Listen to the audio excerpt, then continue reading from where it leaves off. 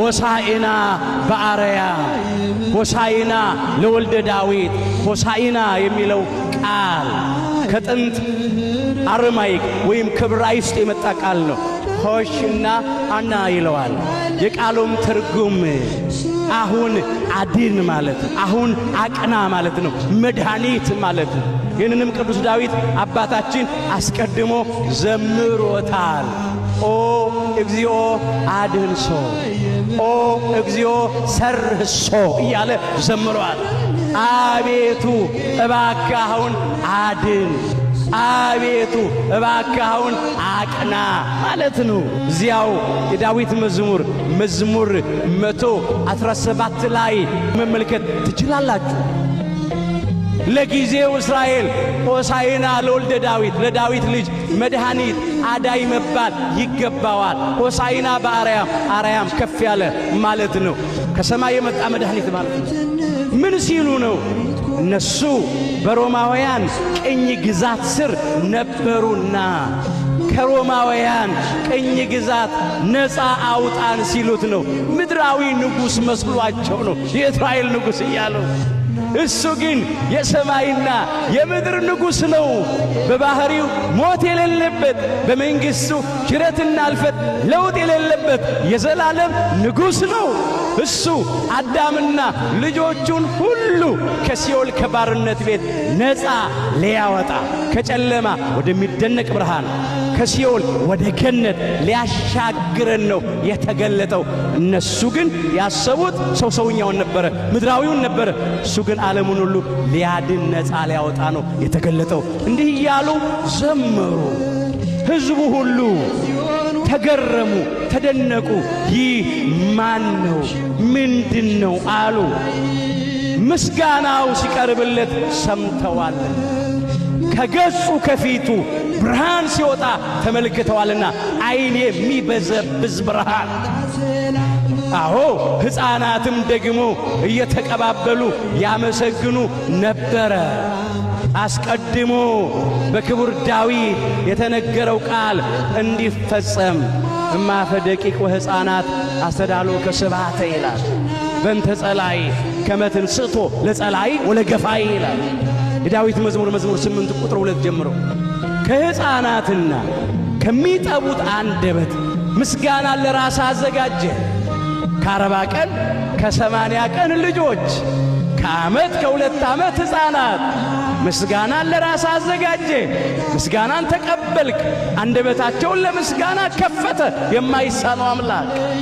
በእንተ ጸላይ ጠላት ደስ አይበለው ብለ ጠላት ዲያብሎስ ደስ አይበለው ይፈር ብለ ጠላትን ቂመኛን ዲያብሎስንና ሰራዊቱን ድል ታደርግ ዘንድ አለው።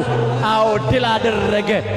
5500 ዘመን በኋላ ዲያብሎስንና ሰራዊቱን ድል አደረገልን። የአመፃ መዝገብ ተገልብጧል። የሞት መውጊያ ተሰብሯል። ጠላት ዲያብሎስንና ሰራዊቱን በመስቀሉ ከመንገዳችን ላይ ጠርቆ አስወግዶልናል። እኛንም ደግሞ ነፃ አውጥቶናል። ይህንን አምላክ ከልብ ማመስገን ይገባል። ምን ከፍለው ነገር የለምና። ያልታደሉት ቤተ አይሁድ ጸሐፍት ፈሪሳውያን፣ የአይሁድ ካህናት አንደበታቸው ተሸበበ። አዋቂዎቹ ቃሉ ከልቡናችን ሞልቶ ተርፏል ብለው ልብሳቸው ላይ ጠልፈው ጠቅሰው ጽፈው የሚሄዱ ተመጻዳቂዎች፣ ግብዞች ለክብሩ መዘመር ተሳናቸው። ሕፃናቱን አስነሳ፣ ሊከለክሉ ሞከሩ። ምን አለ የኛ አምላክ? እነዚህ ዝም ቢሉ ድንጋዮች ይጮኻሉ አለ፣ ድንጋዮች ያመሰግናሉ አለ። ወንጌላዊ ቅዱስ ሉቃስ እንደመዘገበው አው ለጊዜው በቆሙ ድንጋዮችም እንዲያመሰግኑት ያደርጋል፣ የሚሳነው ነገር የለምና። የሉቃስ ወንጌል ምዕራፍ 19 ቁጥር 40 ላይ እኛንም ካፈራልን በሥጋ ያበጀ አፈር እኮ ነው፣ አካላችን እኮ ሸክላ ነው፣ ጭቃ እኮ። እነዚህ ዝም ቢሉ ድንጋዮች ይጮኻሉ። ሌላው እነዚህ ዝም ቢሉ ድንጋዮች ይጮኻሉ ማለት በቆሙ ድንጋይ ብቻ አይደለም፣ ድንጋይ ብላችሁ የምትንቋቸው ድንጋይ ጣዖት የሚያመልኩት አሕዛብ እኔን ሊያመሰግኑ አንደበታቸው ይከፈታል። ከአምልኮተ ጣዖት ወደ አምልኮተ እግዚአብሔር ከገቢረ ኃጢአት ወደ ገቢረ ጽድቅ ብዙ አሕዛብ ተመልሰዋል፣ ለክብሩም ምስጋና አቅርበዋልና ይህንንም ማለት ነው። እንግዲህ እንዲህ እየተመሰገነ ወደ ቤተ መቅደስ ገባ። አዎ ከዚህ ታሪክኛ ምን እንማራለን? ከዚህ በላይ መተረክ ይቻላል ታሪኩን፣ ግን ጊዜ የለንም። ወደ ራሳችን ሕይወት አምጥተነው እንጠቅልለው ወገኖች።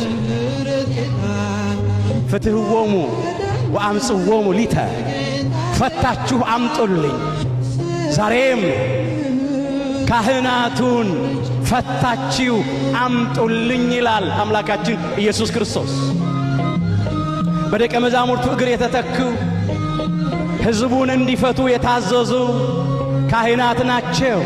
የማቴዎስ ወንጌል ምዕራፍ 16 ከቁጥር 19 ጀምሮ በአባታችን በሊቀ ሐዋርያት በቅዱስ ጴጥሮስ በኩል ይሄንን ሥልጣን ለአባቶቻችን ለካህናት ሰጥቷል ክርስቶስ። የመንግሥተ ሰማያትንም መክፈቻዎች እሰጥሃለሁ አለ። በምድር የምታስረው በሰማያት የታሰረ ይሆናል፣ በምድርም የምትፈታው በሰማያት የተፈታ ይሆናል አለ።